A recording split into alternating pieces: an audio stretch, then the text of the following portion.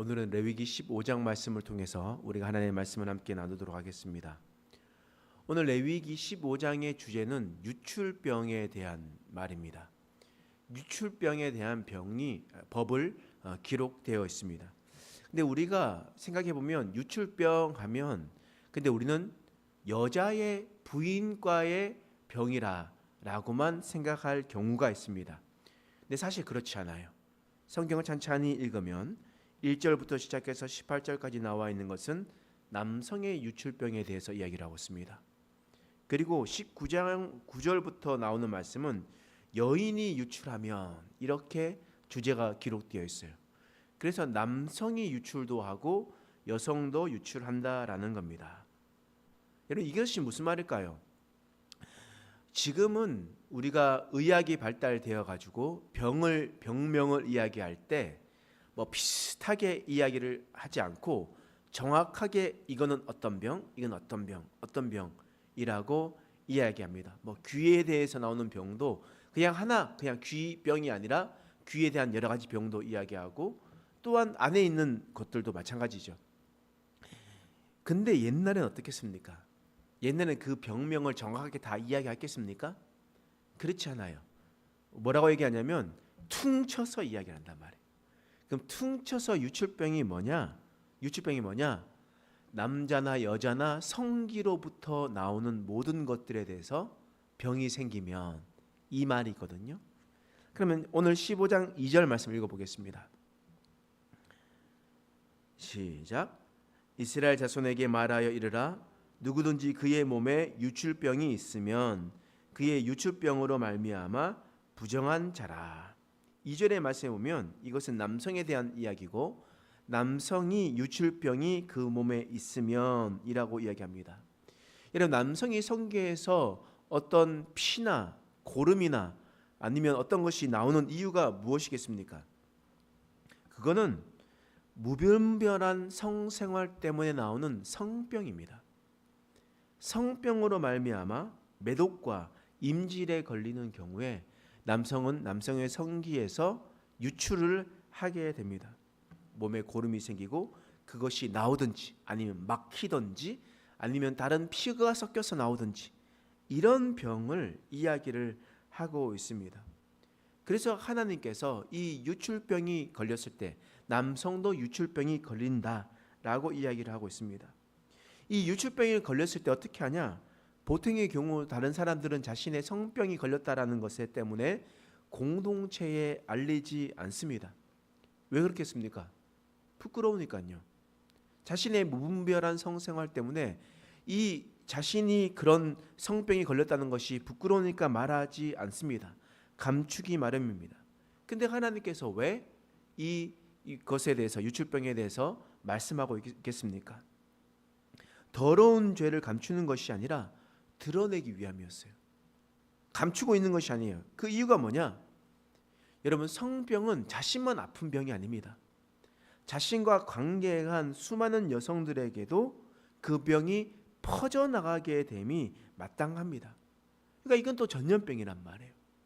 그러니까 이런 전염병이 생기면 그것은 너희들이 숨기지 말고 그것을 드러내서 공동체에 알리고 공동체를 보호할 수 있도록 하라고 했습니다. 사람들이 무분별한 성생활로 인해 가지고 이 사람 저 사람 그리고 이 여자 저 여자 이 남자 저 남자 만나게 되면 그 공동체는 모두가 다 쑥대밭이 될 게 뻔했기 때문입니다. 그래서 하나님께서 여성들에게 남성들에게 그것이 혹 생기게 되면 그것을 드러내고 부정함을 받으라. 그리고 그것이 너희들과 함께 공동체와 함께 분리되어서 살아가라. 그리고 그것이 다 낫고 난 다음에 돌아와라 라고 이야기합니다. 그리고 무엇을 하냐? 속죄 제사를 드리는 거예요. 14절 15절 말씀 읽겠습니다. 시작. 여덟째 날에 산비둘기 2마리나 집비둘기 새끼 2마리를 자기를 위하여 가져다가 회막문 여호와 앞으로 가져가서 제사장에게 줄 것이요 제사장은 그 한 마리는 속죄제로 다른 한 마리는 번제로 드려 그의 유출병으로 말미암아 여호와 앞에 속죄할지니라.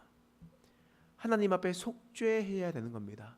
공동체에서 드러나고 분리를 시켰다가 그것이 다 낫게 되면 하나님 앞에 속죄하며 그것이 자신이 회복되었음을 선포해야 했던 것이었습니다.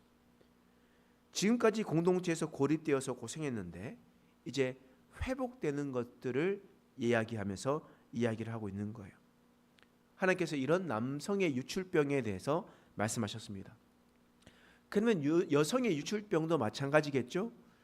남성과 그런 성병이 걸린 남자와 관계를 맺게 되면 그 여성도 당연히 그런 병이 옮겨지게 되어 있습니다.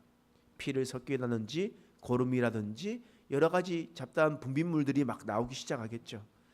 여러분, 그랬었을 때의 과정이 똑같이 기록되어 있지만 또한 여성이 따로 유출하는 경우가 있습니다. 19절 말씀이에요. 읽겠습니다. 시작. 어떤 여인이 유출을 하되 그의 몸에 그의 유출이 피이면 이래 동안 불결하니 그를 만지는 자마다 저녁까지 부정할 것이요. 만약에 성병이면 다른 이런 고름이나 분비물이나 피가 섞여서 나오겠지만 온전히 피면 이게 뭡니까? 성경에는 불결기라고 나와 있더라고요. 뭐냐면 생리기간이죠. 생리잖아요. 여성이 몸속에서 유출하는 것이 밖으로 빠져나오는 것이 그냥 오로지 피면 부정하다라고 이야기를 하고 있습니다. 그러면 하나님, 여성은요 한 달에 한 번씩 생리를 당연히 하게 되는 것이 하나님의 창조의 섭리입니다. 그럼 여성은 부정한 자입니까? 여러분, 생리통이 심한 사람도 있고 또 요즘 세대도 생리를 하게 되면 불편한 것이 이만저만이 아니잖아요. 지금도 과학이 발달되어 있고 또 위생도 청결하게 되어 있었을 때, 그런데 이 구약 시대 때에 문명이 발달되면 얼마나 발달되었겠습니까? 그러면 한 달에 한 번씩 생리를 하게 되면 얼마나 불편하고 힘들겠습니까? 그런데 하나님께서 일주일 동안 부정하대요. 이 말이 무슨 말일까요? 우리가 지금 레위기 12장 산모법에 대해서 여러분 기억나시나요? 아들을 낳았을 때에 40일 동안, 딸을 낳았을 때 80일 동안 하나님께서 부정하다라고 얘기하시면서 아무도 가까이 하지 못하도록 했습니다. 하나님께서 강제적으로 휴가를 주신 거죠. 그렇다면 생리하는 여인들에게 7일 동안 부정하다라고 이야기했었던 이유가 무엇이겠습니까? 여성 복지가 좋았던 거예요. 한 달에 한 번씩 생리 휴가를 7일 동안 반드시 하나님께서 주라고 이야기를 했었던 겁니다.